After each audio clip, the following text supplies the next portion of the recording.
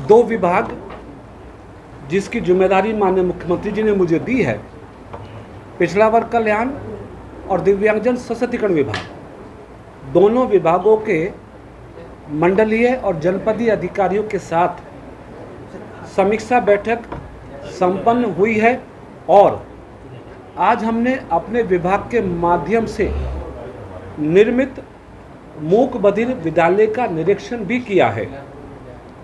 निरीक्षण के दौरान विद्यालय में 24 दिव्यांगजन शिक्षा प्राप्त करते हुए मिले। रसोई में खाना चेक कर गुणवत्ता को परखने की कोशिश की। बच्चों का सिलेबस, कॉपी, किताब चेक की।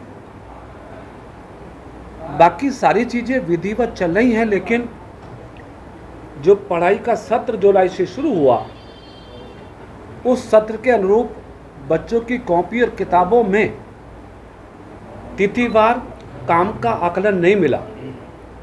मैंने सभी अधिकारियों को निर्देशित किया कि जो आप पढ़ा रहे हैं वो बच्चों की कॉपी पे अंकित हो तिथिवार, ताकि कोई चेकिंग के लिए आए या उनके परिणाम और उपस्थिति कभी चेक करनी हो तो उसका अनुमान हो सके। तो जो भी ज़रूरी चीज़ें थी वो आज मौके पर सभी अधिकारियों को निर्देशित किया गया।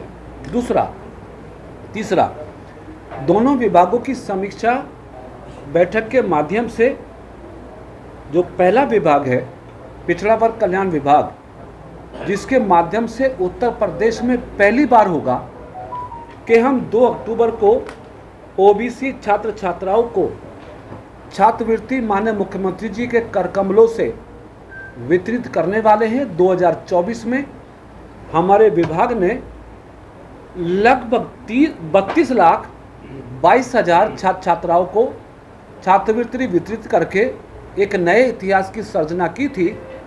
इस वर्ष 2025-2026 में वो संख्या और भी बढ़ेगी। और नई बात जो हम करने जा रहे हैं कि छात्रवृत्ति का वितरण का कार्य अमूमन मार्च तक, 31 मार्च तक पूर्ण होता था, लेकिन हमने अपने अधिकारियों के साथ बेसिक शिक्षा DIS के साथ बेहतर कम्युनिकेशन बना के इस मार्च में वितरित होने वाली छात्रवृत्ति और शुल्क प्रतिपूर्ति को हम 2 अक्टूबर से प्रारंभ कर रहे हैं, जो यूपी में पहली बार होगा। और इसके लिए 2,825 करोड़ का बजट हमारी सरकार से स्वीकृत है। बजट की आवश्यकता आगे और पड़ेगी, सप्लीमेंट्री में डिमांड करेंगे। इसी पिछड़ा वर्ग कल्याण में दूसरी योजना गरीब ओबीसी परिवारों की बच्चियों की शादी अनुदान की योजना है, जिसके अंतर्गत हम 200 करोड़ की धनराशि व्यय करके लगभग 1 लाख परिवारों को लाभान्वित करने का काम करते हैं।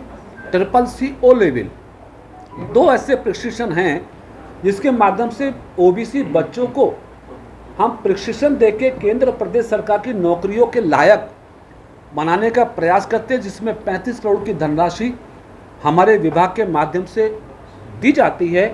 तो मूलतः 3 योजनाएं जिस पर हमने आज संबंधित अधिकारियों के साथ वार्ता करके इन योजनाओं को समय सीमा और निष्पक्षता के साथ हम लाभार्थी तक पहुंचा पाएं, इसका निर्देश जारी किया है। दूसरा विभाग है दिव्यांगजन सशक्तिकरण विभाग। पिछड़ा वर्ग कल्याण विभाग का बजट 3100 करोड़ का है और दिव्यांगजन विभाग का बजट 1950 करोड़ का है। इस 1950 करोड़ में हम उत्तर प्रदेश के लगभग जून के महीने में हमने 11,32,000 से भी अधिक दिव्यांगजनों को पेंशन देकर संतृप्त किया है, जिसकी राशि हम वार्षिक रूप से 1,000 रुपये प्रति माह देते हैं। तो उसका वितरण भी भले प्रकार से बरेली मंडल में हो रहा है। दिव्यांगजनों की शादी के अनुदान के लिए 35,000 की धनराशि अनुमन है, जिसके आधार पर हमारे पूरे बरेली मंडल में मांग के आधार पर पूर्ति के आवेदन हुए हैं। इस प्रकार की और बहुत सारी स्कीम्स हैं जो हम दिव्यांगजनों के लिए चलाते हैं। कुल मिला के दोनों विभागों की समीक्षा करने के बाद कंक्लूजन ये है कि दोनों विभाग सरकार के निर्देश के क्रम में बेहतर परफॉर्मेंस कर रहे हैं और गुणवत्ता परक हो, टाइमिंग के साथ हो, निष्पक्ष हो, उसका प्रयास हम लोग कर रहे हैं। और खुशी है हमें कि माननीय मुख्यमंत्री जी ने जो विभाग हमको दिए, हमारे दोनों विभाग उत्तर प्रदेश में बेहतर परफॉर्म करके विभागों की गरिमा को बढ़ाने में हम कामयाब हुए। मैंने अपनी बात कह दी है।